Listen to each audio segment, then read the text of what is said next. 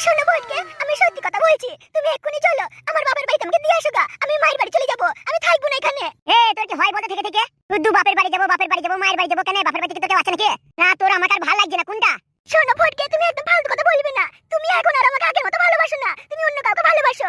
আমি তোমার সাথে থাকবো না, আমাকে এক্ষুনি মায়ের বাড়িতে দিয়ে আসো। সত্যি বলছি, নাহলে কিন্তু আমি কিছু একটা করে ফেলবো। শোন তো, যা মন চায় তাই করবি, ঠিক আছে? আমাকে বলবি না, ঘন ঘন ঘন ঘন করবি না। এই সকালবেলা ঘুম থেকে ওঠার পর সব ভালো লাগে না।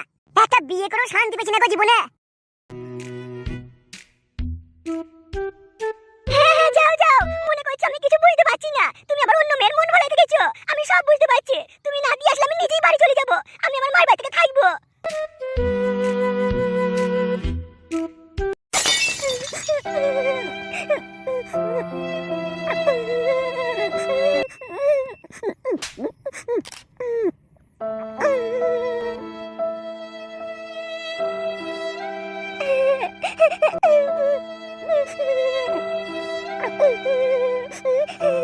বৌমা, কি হয়েছে কি? তুমি অমন করে কাঁদছো কেন? কি হয়েছে কি? তুমি অমন করে কাঁদছো কেন? আমি আর কি বলবো বাবা, আপনার ছেলে কাল থেকে বাড়ি ফেরেনি। আমাকে একদম কোনো ভালোই বাসে না। কয়েকদিন ধরে আমাকে দেখতেই পাচ্ছে না। আমি যেন দু চোখের বিষ হয়ে গেছি। বৌমা, এত কিছু হয়ে গিয়েছে, কই আমাকে তুমি কিছু জানাওনি তো? কি বলবো, আমার কিছু ভালো লাগছে না। আমার একদম ভালো লাগছে না। আমি বাপের বাড়ি চলে যাবো, আমি থাকবো না এখানে। এই হচ্ছে বৌমা তোমাদের দোষ। কিছু হবে না হবে, শুধু বাপের বাড়ি যাবো বাপের বাড়ি যাবো এমন করলে সংসার চলে? তুমি আর কিন্তু আমি দেখছি কি হয়েছে।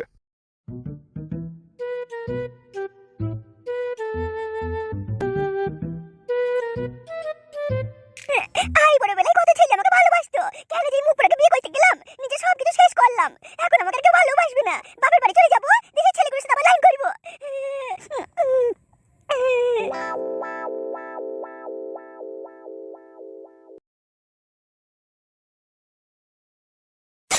বলছি বাবা, তুমি আমাকে দেখেছো? হ্যাঁ রে, তোকে কতবার বলবো? বৌমা বলছিল সকালে বেরিয়ে গেছিস, রাত্রে বাড়ি আসছিস না, ব্যাপার কি তোর? তোমার বৌমা মিছে কথা বলছে বাবা। কাল রাতে আমি বাড়িতেই ছিলাম। তাইলে কি বৌমা মিছ কথা বলছে নাকি? হতেও পারে, উজ্জা মা। ওর ওই মায়ের লাগি তো আমি শ্বশুর বাড়ি যাই না। ওর মাকে দেখলে আমার ভেতরে করে যেটা একবার শুকিয়ে যায়। কিন্তু বৌমার মাকে দেখলে তো আমার খুব ভালোই লাগে। কিছু বললে বাবা? না না, আমি কিছু বলিনি। বৌমা যেন কিছু না বলে, বৌমাকে দেখবি ভালো করে। কদিন ধরে দেখছি বৌমার মন মেজাজটা একদম ভালো নেই। বলছি তো, তোমার বৌমা যা বলছে সব মিছে কথা বলছে। সন্ধ্যে 6টা বাইলে আমি ঘর থেকে বেরোই না কোথাও। বেশ বেশ, এখন যা, নিজের কাজ করবে। শুনো বাবা, তোমাকে একটা কথা বলে দিচ্ছে, তোমার বৌমার বেশি কথা কিন্তু তুমি শুনবে না। ওই বাঁশ মুখে সব সময় চাইছে বুঝলে তো, তোমার আর আমার মধ্যে ঝগড়া হোক। আলাদা করে খেতে চাইছে, বলতে চাইছে কি জানো তো, তোমার বাপের ভাতে আমি রাঁধবো না, আমাকে এরকম করে বলছিল রাত্রিবেলা শুয়ে শুয়ে। বলিস কি রে, বৌমা এমন করে বলছিল? সে আরো কত কি বলছে বাবা, কি বলবো তোমাকে? তুমি আমার নিজের বাপ হও, এসব কথা কি তোমাকে বলতে পারে? কি হয়েছে কি? বৌমার কি কি বলছে কি? তোমার বৌমা বলছে তোমার বাপের বিয়ে দাও গা, তোমার বাপের সাথে আমি থাকবো না। মানে থাকবো না মানে কি, একসাথে রান্না করে খাইতে পারবো না বলছে। তোমার বাপের ভাত আমি রাঁধবো না, আমাকে এরকম করে বলছিল। বলিস কি রে, এসব বলছে বৌমা? আরো কত কি বলছে, আমি সব বলতে পারবো না। তোমাকে যা যা বলছে বাবা, তোমার কানে আমি তুলতে পারবো না। আমি তোমার বৌমার মতো লই তো। আর কি বলছে কি? আবার বলছিল তোমাকে থেকে বিয়ে করেছে, তোমার বাপকে থেকে বিয়ে করে নিয়েছে, তোমার বাপের ভাত রাঁধবো আমি, এমন করে বলছিল বাবা। আবার বলছে বেশি এরকম করলে কিন্তু ভাতের সাথে বিষ মিশিয়ে দেবো, দিয়ে তোমার বাবাকে মারা করে দেবো। বলিস কি রে, বৌমা এমন করে বলছে ভাতের সাথে বিষ খাই দেবে? তোমার তো আর আমার কথা বিশ্বাস হবে না, তুমি ওই বাঁশ মুখের কথাই বিশ্বাস করছো, নিজের ছেলের কথা বিশ্বাস করছো না। বেশ বেশ, ব্যাপার আমি দেখছি, তুই এখন যা।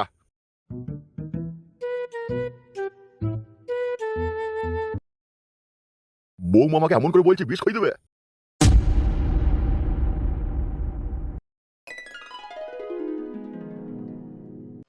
বন্ধু, তোরা এই মাছ পথে আমাকে ছেড়ে চলে গেছিস, তোরা এটা কিন্তু ঠিক করছিস না। তোরা সবাই বললি আমার সাথ দিবি বলেছিস বলেই আমি রূপার বাবাকে পটি পাটি রূপাকে বিয়েটা করতে এসে এত মিথ্যা কথা বলছে। নাইলে কিন্তু বল আমি এত বড় কাজ করতে আসতাম? বন্ধু বল, তোরা ছেড়ে যাস না। বলছি তো, আগে রূপাকে বিয়ে করি, সম্পত্তির ভাগ পাই, তারপর তোদেরকে কিছু পয়সা আমি দেবো। আমরা সব কিছু বুঝি না, আমাদের এক্ষুনি 10,000 টাকা লাগবে, দিবি তো দে। কতদিন বিরিয়ানি খাইনি। আরে না না, আর থাকতে পারবো না। তুই 10,000 দিলে আমরা এক্ষুনি যাবো গিয়ে পিকনিক করবো। আর না হলে তোর জন্য আমরা কিচ্ছু করতে পারবো না। তোর শ্বশুর তোর বউ তুই বুঝে নিবি, আমরা আর মিথ্যা কথা বলবো না। বন্ধু পল্টু, বন্ধু পল্টু, তোকে হাত জোর করছি বন্ধু, তুই একটু বোঝা, তুই একটু বোঝা দেখ। আমার কাছে এখন টাকা নেই, আর আমি এই মুহূর্তে শ্বশুরকে টাকা চাইলে শ্বশুর কি বলবে? বলে তুমি একেবারে তাহলে ভিখারি, তোমার পয়সা লোভেই আমার মেয়েকে বিয়ে করছো, তাহলে বিয়েটাও ভেঙে যাবে। বন্ধু একটু সাহায্য কর বন্ধু। এই শনফটকে যা বলার বলে দিয়েছে, ঠিক আছে? এখন যদি তুই 10,000 টাকা দিস, তাহলে তোর এই শ্বশুর বাড়িতে থাকবো, আর তোকে মিথ্যা কথা আমি বলে তোর বিয়েটার ব্যবস্থা করবো, ঠিক আছে? আর না হলে আমি কিচ্ছু করতে পারবো না, এক্ষুনি আমরা চলে যাবো। দিবি কি বল 10,000 টাকা? আমি এখন 10,000 টাকা পাবো কোথায়? 10 টাকা নেই যে একটু বিড়ি কিনে খাবো আর তোদেরকে খাওয়াবো, সেই পয়সা আমার কাছে নেই। তাহলে শনফটকে আমরা চলে যাচ্ছি। যদি 10,000 টাকা নিয়ে আসতে পারিস তাহলে আমাদের কাছে আসবি, আর না হলে কিন্তু আমাদের ডাকবি না। আমরা এসে তোর শ্বশুরকে সব সত্যি বলে দেবো। হ্যাঁ, আমরা সব বলে দেবো। তোর কাছে কোনো কিচ্ছু নেই, তোর বাবা একেবারে গরিব মানুষ। তুই মিথ্যা বলেছিস যে তোর বাবা বড় লোক, অনেক বড় জমিদার, সব কিন্তু বলে দেবো। একদম ডাকতে আসবি না আমাদের। 10,000 টাকা দিলে তবে এই মিথ্যা কথাগুলো আমরা বলবো, না হলে বলবো না। চলে যাচ্ছি আমরা।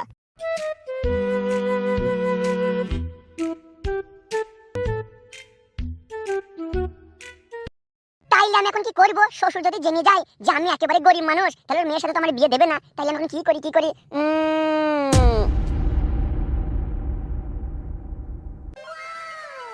ওইটু আর ফুটু আমাকে ফাঁসি দিয়ে চলে গেল। এখন আমি জামাই হতে পারলাম না, আর বলছে 10,000 টাকা ঝেড়ে দে। কিন্তু যদি শ্বশুর বাবা জিজ্ঞেস করে ওরা গেল কোথায়, কি বলবো আমি সেটা ভেবে পাচ্ছি না। যেভাবেই হোক রূপাকে আমাকে বিয়ে করতেই হবে। ও জামাই, কি হয়েছে ভাই, কিছু বলবে? তোমাকে বস ডাকছে, তাড়াতাড়ি যাও, কি বলবে দেখো। শ্বশুর বাবা আমাকে ডাকছে, কিন্তু কেন? কেন ডাকছে, কি জন্য ডাকছে অত বলতে পারবো না। বস আমাদেরকে বললে তোমাকে ডেকে দিতে, তাই তোমাকে ডাকছে। হ্যাঁ হ্যাঁ, তুমি এক্ষুনি যাও। বেশ গেছি, তোমরা চলে যাও।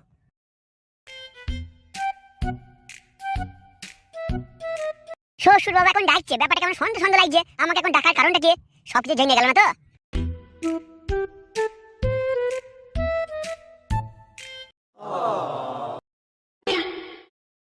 কি হয়েছে শ্বশুর বাবা, আমাকে ডেকেছেন? লে এবার হাঁটছে কেন রে?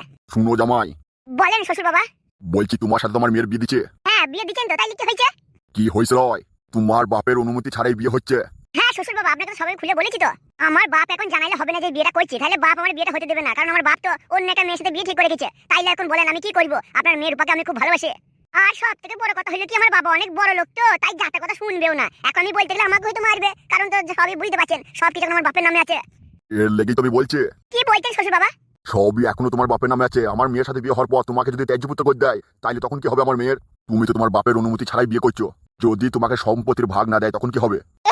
শ্বশুর বাবা আপনি এটা নিয়ে ভাবছেন কেন? আমি আছি তো, আমার নাম ফরিদকে মনে রাখবেন। আমার বিয়েটা একবার হয়ে যেতে দিন তো, তারপরে বাপের সম্পত্তি কিভাবে সব লিখে নিতে হয় সব আমি জানি। আপনাকে চিন্তা করতে হবে না, আপনার মেয়ের সাথে আমার বিয়েটা দেন। বিয়ে দিলে আমার বাপ ঠিক মেনে নেবে, কারণ আমি বাপের একটাই ছেলে। বাপ আমায় খুব ভালোবাসে, যতই হোক আমি তার ছেলে। সে কি কখনো আমাকে ফেলতে পারবে? ঠিক মেনে নেবে, আজ নয় কালকে। সত্যি বলছো বাবা জামাই? তোমার বাপ একদিন সব মেনে নেবে তো? বলছি তো, আপনি কোনো চিন্তা করবেন না। আমি বাপের একটাই ছেলে, বাপ আমাকে খুব ভালোবাসে। আমার বাবা অনেক বড় লোক হতে পারে, কিন্তু আসলে আমার বাপের মনটা অনেক ভালো। হয়তো দেখা গেল খুশি হয়ে আপনাকে 2-4 গ্রাম আপনার নামে লিখে দিল।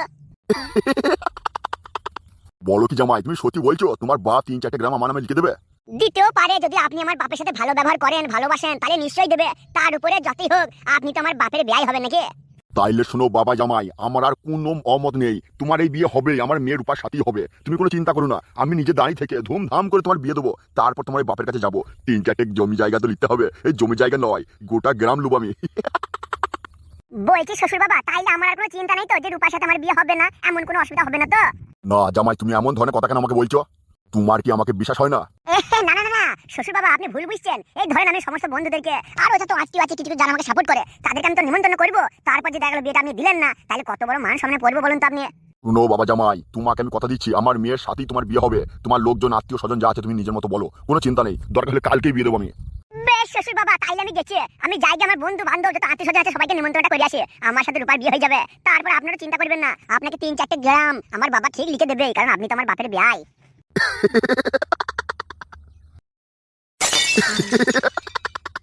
হ্যাঁ সেটা শুনলি তো, কই যে কেমন কেঁপে উঠছে রে। কি হলো জামাই, কিছু আমায় বললে? না শ্বশুর বাবা, আমি কিছু বলিনি, আপনি হাসেন।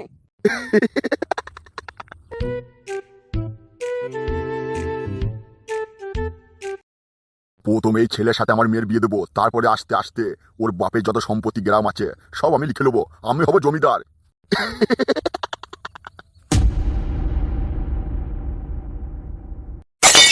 শোন পাঁচা, তোকে একটা কথা আমি পরিষ্কার করে আজকে বলে দিচ্ছি। হ্যাঁ বস বলুন। সবার কাছে চাঁদা নিবি। আমার এলাকায় থাকতে গেলে সবাইকে পয়সা দিতে হবে, আর না হলে কিন্তু সবাইকে ঘর ছাড়া করে দেবো। ঠিক আছে বস, আমি আমাদের দল বল নিয়ে এখনই গেছি, সব জায়গায় গিয়ে চাঁদা তুলে নেবো। আর হ্যাঁ, যেখানে যা চাঁদা নিবি সব হিসাব আমাকে দিবি। কোনো যদি গন্ডগোল করেছিস তাহলে আমাকে চিনিস তো, ধরে কচি করে দেবো। না বস, এবার আর কোনো ভুল হবে না। আমরা সব সঠিক কাজই করবো, আর কোনো দুর্নীতি করবো না, মানে কোনো রকম চুরি চামারি করবো না। বস ভুলে গেছে, হ্যাঁ আগে যা করেছিল ক্ষমা করবেন। ঠিক আছে, এই বাটা মতো ছাড়লাম। আর যদি কোনোদিন ভুল হয়েছে তোদের দল থেকে তো বার করবোই, আবার কুচি করে দেবো। এই দাঁড়িয়ে দেখছিস কি? যা এখান থেকে যা, সমস্ত লোকের কাছে দোকানে যেখানে যা যাচ্ছে সবার কাছে চাঁদা নিবি, ঠিক আছে? ঠিক আছে বস, আমরা এখনই গেছি, সব দল বল নিয়ে গেছে।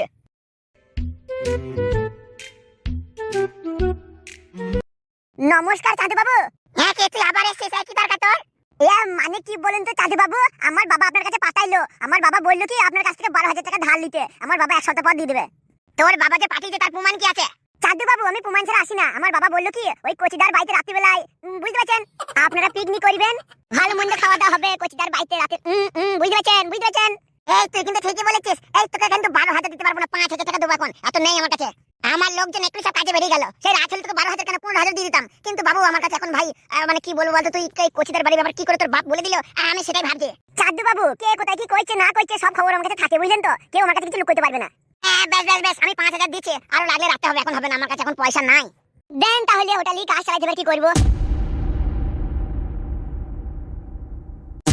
এই ছেলেটাকে নিয়ে যত আমার চিন্তা, ইয়ার জায়গায় যদি আমার একটা মেয়ে হতো মনে হচ্ছে আমি সুখে শান্তিতে থাকতে পারতাম, এত আমাকে চিন্তা করতে হতো না। বাড়িতে বিয়ে দিয়েছে, বৌমার খেয়ালও রাখছে না, এদিকে যেখানে যা মন গেছে তাই করছে, আর সমস্ত দোষ সব হচ্ছে আমার। সত্যি মন থেকে বলছে, আমার একটা মেয়ে হলে মনে হচ্ছে আমি সুখে শান্তিতে থাকতে পারতাম গো। এ কি জ্বালায় আমি পড়লাম, এই ছেলেটাকে নিয়ে যে কি করবো। প্রথমে মনে করলাম বিয়ে দিয়ে দিলে সব ঠিক হয়ে যাবে, এ বিয়ে দেওয়ার পরও সে শোধরাবার ছেলে লয়। যেখানে সেখানে আমার নাম করে ধার করে টাকা নিয়ে চলে আসছে, আর সব দোষ হয়ে যাচ্ছে আমার। আমি এখন এই কি করবো এই বুড়ো বয়সে, লাস্ট পর্যন্ত মনে হচ্ছে আমাকে বাড়িটাও বেচতে হবে।